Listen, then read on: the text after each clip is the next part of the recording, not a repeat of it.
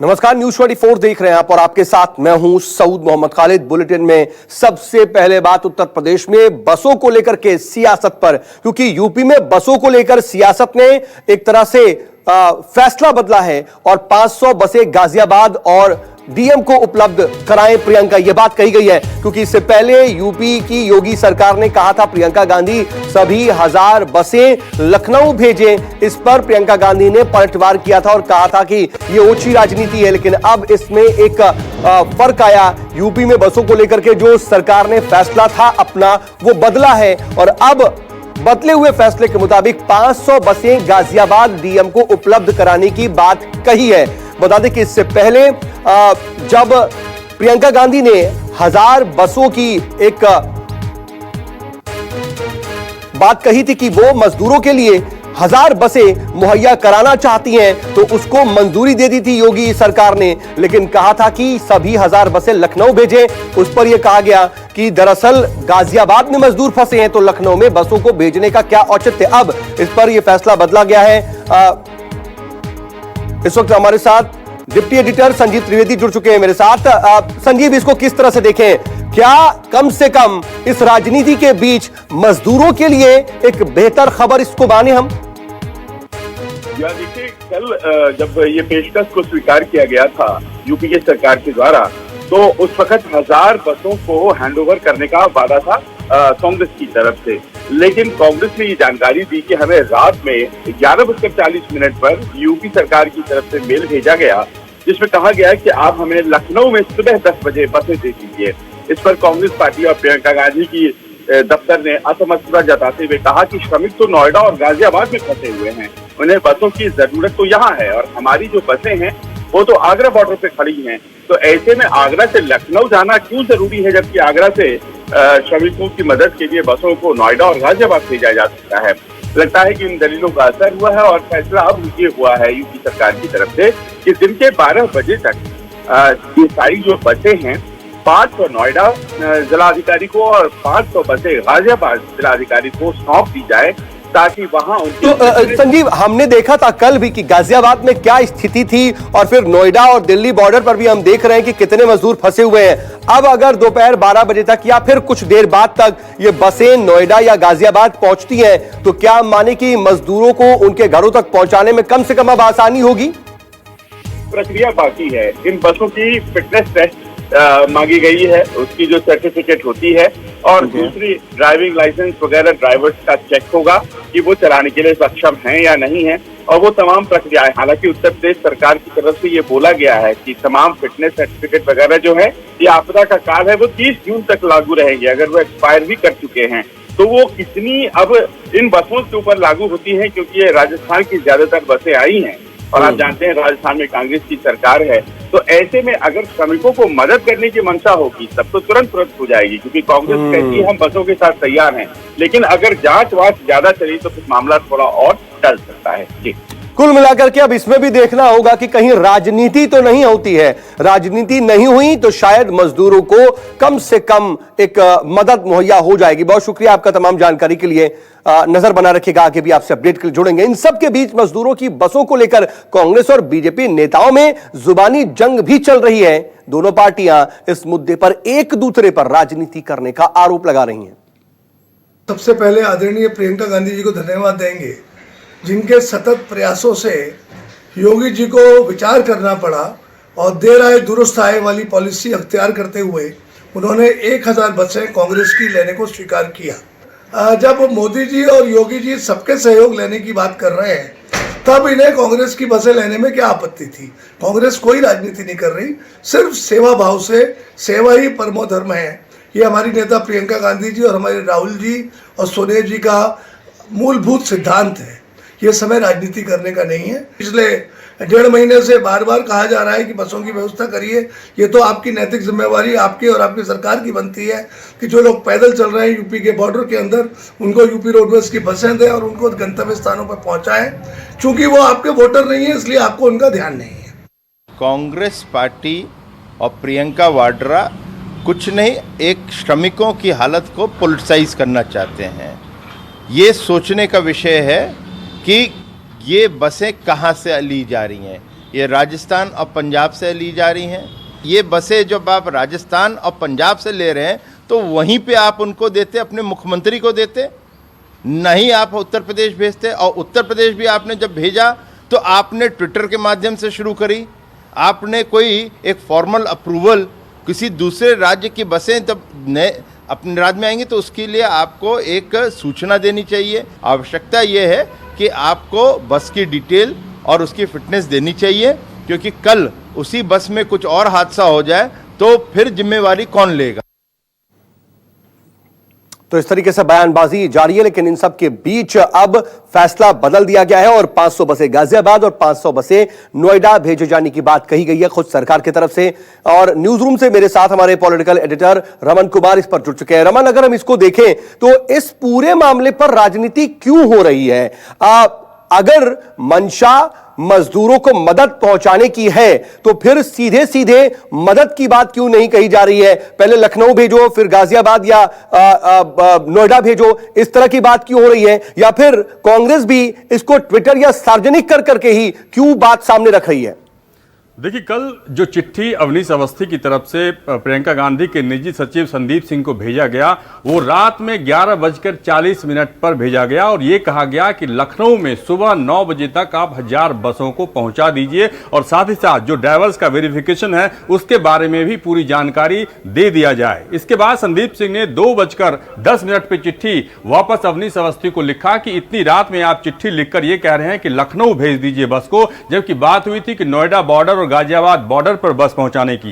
इसके बाद अभी आप देखिए सिद्धार्थनाथ सिंह जो कि कैबिनेट मंत्री हैं उत्तर प्रदेश सरकार के, उनको भी इस बात की जानकारी नहीं है कि उत्तर प्रदेश सरकार ने अनुमति दे दी है। उनके बयान के बाद ये चिट्ठी सामने आती है कि उत्तर प्रदेश सरकार ने कहा है कि नोएडा के डीएम और गाजियाबाद डीएम से संपर्क करिए और बॉर्डर पे आप बस पहुंचाइए। लेकिन बस के बारे में जो जानकारी है, क्योंकि बार बार ये कहा जा रहा है कि राजस्थान और पंजाब से ये बस आई है क्योंकि वहां पे कांग्रेस की सरकार है और कई बार सोशल मीडिया पर बीजेपी के कई नेता ऐसे हैं जो सोशल मीडिया पे जानकारी दे रहे हैं कि इन 1000 बसों में कई ऐसी बस हैं जो कि सही तरीके से नहीं चल पा रही हैं, या 407 की बस हैं या छोटी गाड़ियां हैं, वो बस नहीं है।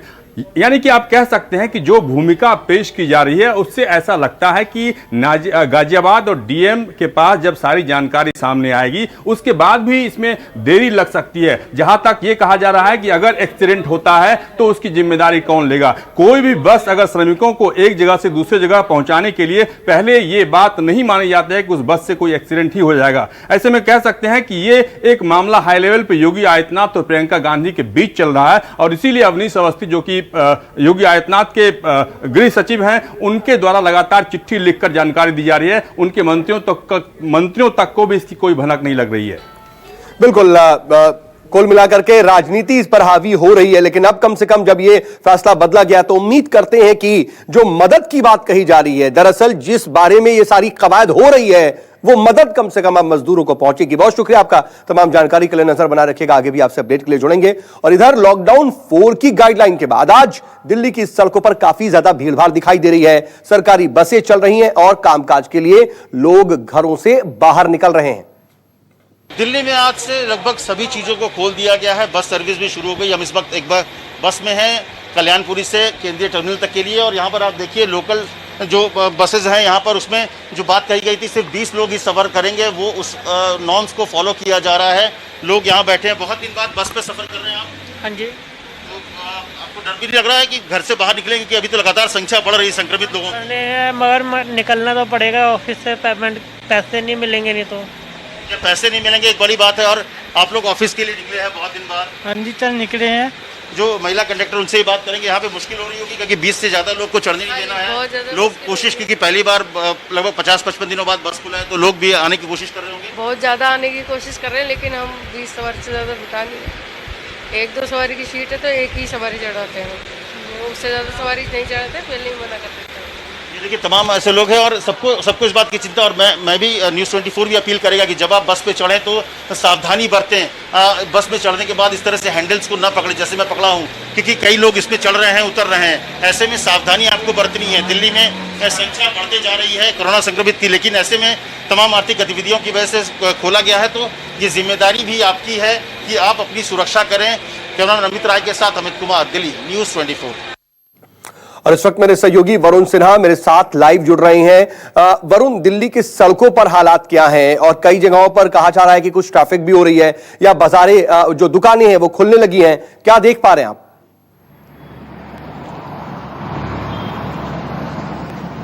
देखिए, निश्चित तौर पे दिल्ली सरकार ने कल जो नोटिफिकेशन जारी किया था उसमें स्पष्ट कहा था कि दिल्ली के अंदर जो मार्केट्स होंगे वो ऑड इवन के हिसाब से खुलेंगे, तो मार्केट्स थोड़ी देर में खुलने शुरू हो जाएंगे। इसके अलावा लोग जो हैं वो अपने ऑफिस जाने के लिए निकल चुके हैं, बसेस शुरू हो गई हैं। इसके अलावा ट्रैफिक की व्यवस्था जो दिल्ली सरकार ने सोची थी कि भीड़ कम रहे, ज़्यादा ट्रैफिक ना हो, ऐसे में कुछ इलाकों में हल्का सा ट्रैफिक देखने को मिल रहा है, जैसे साउथ दिल्ली में मिला या फिर आईटीओ की तरफ जो है वो ज़्यादा गाड़ियां देखी गई। तो लोगों से ये भी अपील की जा रही है कि जब भी वो घर से निकले, अगर वो प्राइवेट व्हीकल में निकलते हैं तो रूल्स को फॉलो करें, यानी एक के साथ केवल जो है वो 2 व्यक्ति हों, या फिर जो बाइक सवार व्यक्ति है, 2 व्हीलर है, वो केवल अकेला जाए। तो जो भी नॉर्म्स और टर्म्स कंडीशंस दिल्ली सरकार ने रखी हैं उनको फॉलो करवाने के लिए मैंडेटरी के लिए लगातार दिल्ली पुलिस फॉलो करेगी।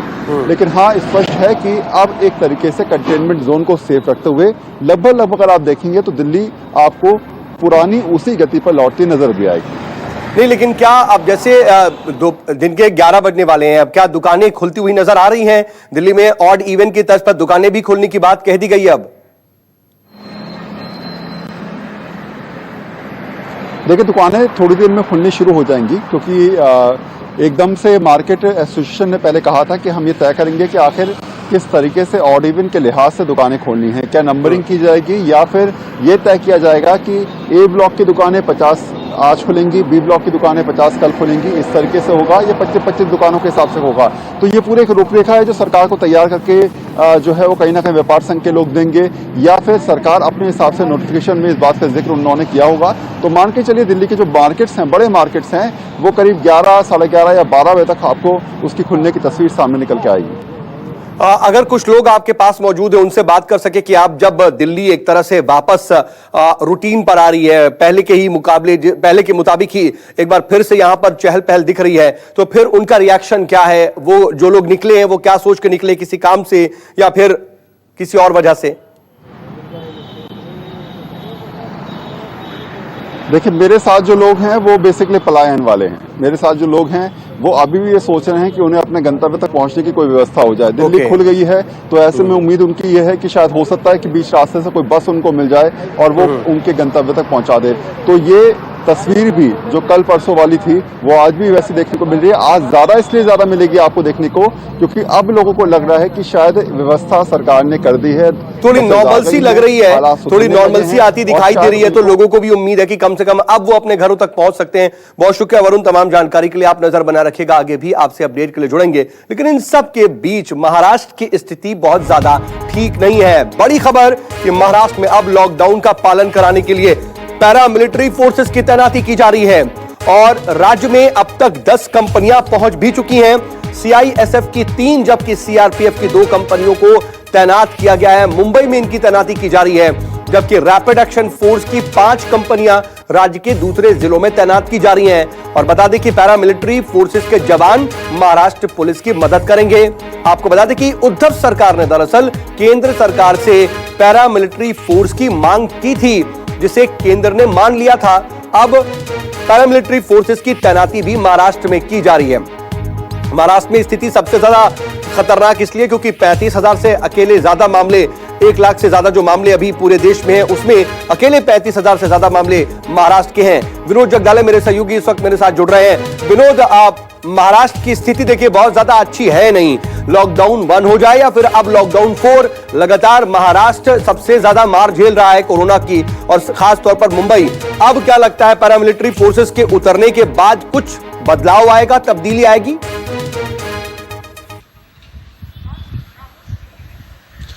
देखिए, लॉकडाउन 4 शुरू हो चुका है और मुंबई और महाराष्ट्र की बात करें तो मामले लगातार कोविड-19 पॉजिटिव के लगातार बढ़ रहे हैं। सरकार भी अपने प्रयासों पर यहाँ पर काम कर रही है। अब यहाँ पर उद्धव सरकार ने यहाँ पर केंद्र से विनती की थी कि केंद्रीय सशस्त्र बल की टुकड़ियों को यहाँ पर तैनात किया जाए, जिसके तहत 10 टुकड़ियां महाराष्ट्र में फिलहाल पहुंच गई है। इन टुकड़ियों को बुलाने के लिए सबसे एक अहम वजह यह है कि अब तक महाराष्ट्र में 1300 से भी ज्यादा पुलिसकर्मी कोविड-19 के शिकार हो चुके हैं। पुलिस वालों को लगातार 14 से 16 घंटे अपनी ड्यूटी करनी पड़ रही है। उनके घर में भी वो जब जाते हैं तब घर में भी संक्रमण का खतरा होता है, इसलिए पुलिस वालों को आराम देने के लिए इन्हें यहाँ पर बुलाया है। इसके अलावा कुछ ऐसे इलाके हैं जिनकी यहाँ पर तैनाती की गई है, वहां पर कोविड-19 का प्रकोप है वो ज्यादा है और इन इलाकों में लॉकडाउन के चलते वहां पर पुलिस ने सख्ती की लेकिन लोग सुनते नहीं है। अब फिलहाल सेंट्रल फोर्सेस को बुलाए तो शायद लोग लॉकडाउन का पालन सख्ती से करें। अमरावती हो, पुणे हो, औरंगाबाद हो, इन इलाकों में इनकी तैनाती की गई है। 5 कंपनियां इन 4 इलाकों में तैनात कर दी गई है, तो 5 कंपनियां यहां पर तैनात मुंबई में की जाएंगी। आपको पता ही होगा आने वाले दिनों में त्योहारों का मौसम है, तो ऐसे में कानून व्यवस्था सही बनाए रखे, मार्केटों में ज्यादा भीड़ ना हो, इसके लिए चलते ये पूरे प्रयास यहाँ पर किए गए हैं। लेकिन सबसे एक अहम वजह ये भी है कि महाराष्ट्र के पुलिसकर्मी 1300 से भी ज्यादा कोविड-19 के शिकार हो चुके हैं। इनको कहीं ना कहीं आराम देना जरूरी है, कम से कम जहन में रखना जरूरी है। और अब पैरामिलिट्री के जो जवान उतरेंगे उन्हें भी खास तौर पर एहतियात बरतने की जरूरत है। बहुत शुक्रिया विनोद, तमाम जानकारी के लिए आप नजर बना रखिएगा, आगे भी आपसे अपडेट के लिए जुड़ेंगे।